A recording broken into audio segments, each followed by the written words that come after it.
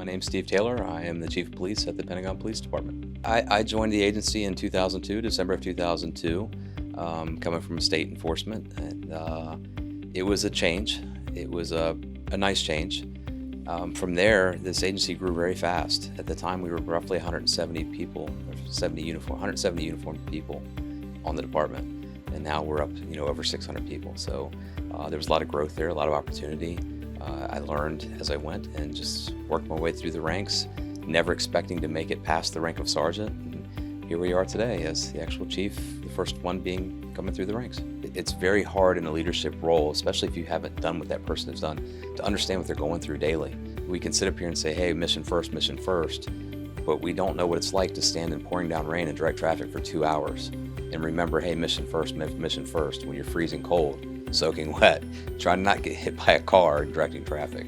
I had the most fun with this career as a lieutenant here and a sergeant. I worked in our special events section, which is now called MSU, which allowed me to be involved with so many events here on the reservation and off the reservation. Things as small as just helping people get 15 extra people into a ceremony, retirement ceremony, as large as the dedication ceremony for the 9/11 memorial here on the reservation.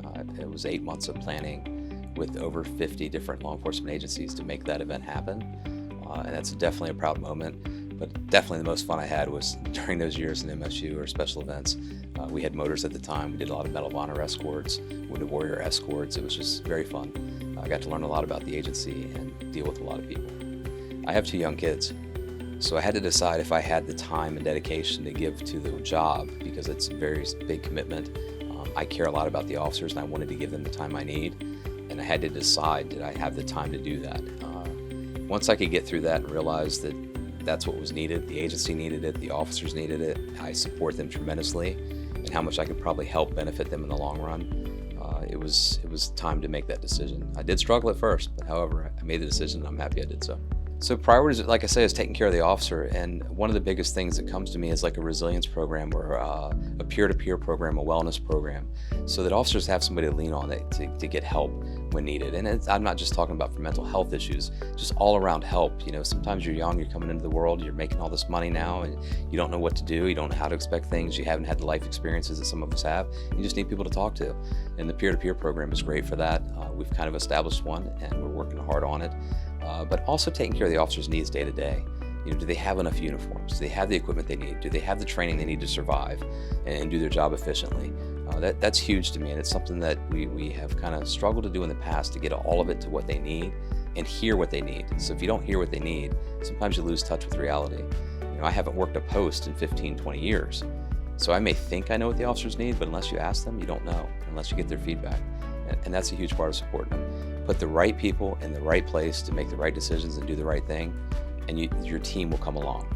If you have the right people working for you, you know their strengths and weaknesses, and you keep them where their strong parts are and help train them with their weaknesses, it'll be a very functioning agency at that point. So my relationship with PFPA leaders and other leaders within the Pentagon has been very key to how long I've been here as well. So I've been here long enough to build relationships. Some of us have grown together, and I've worked for them in the past or worked with them on other projects. The biggest thing is I understand what our leadership is doing. They understand me because they know me. They know that if they need to know what's going on, I'll be 100% honest with them and tell them how I feel. But the relationships that I've built through the years with outside of PFPA have been huge. I mean, I can make a call to WHS if we need some support on a post where officers need electricity or they need heat, try to do things that we can from this side with relationships we've built with others on the outside. So it's been huge. It's been very supportive in helping me get my job and my mission accomplished by knowing and having the relationships I have with all the leaders. So I think PPD does some things a little better than our peers, especially when it comes to training. We have really led the workforce in the NCR on training together with our area partners. We train monthly with Arlington County. If you go to any of our peers as far as the police departments, they don't train with the local jurisdictions or other jurisdictions around them that often. We now have done it so long, we're on a first name basis when we get together and do training. If a large incident does happen here, let's say a shooting or something starts on the metro, when the others show up, the other teams show up from Arlington County, let's say, to work together, create an incident command, work together as a team to go in and find out what the threat is and deal with the situation. having trained together and know each other firsthand, first names, shaking hands, and hey, how are you? Let's get this done. It's tremendous. I mean, the outcome should be superior. So my vision for PPD right now is to grow. We have a very large workforce. We deal with some resource problems occasionally here and there, but we don't have quite the outlay, I guess I could say, or the footprint we need to help grow and get things better. So my point to that is to have people detailed to, say, OEM, for example.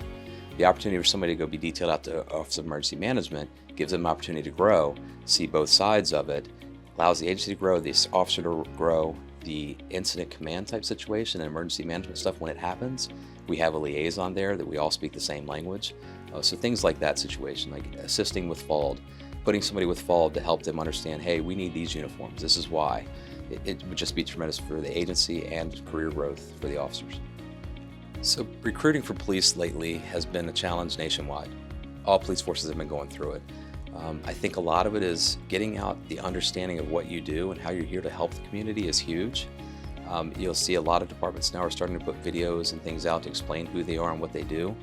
Big things that people don't realize matter. We participate in things such as an event that takes place at a Walmart where it's Shop with a Cop. We bring our officers out there and they meet the community, they help community, they shop with them, provide them some guidance, and it helps teach the younger generations that we're here for good purposes. And I think it's getting people to understand what we do. That's the key for recruiting right now. It's not money and benefits. People think, they're going to come for the money.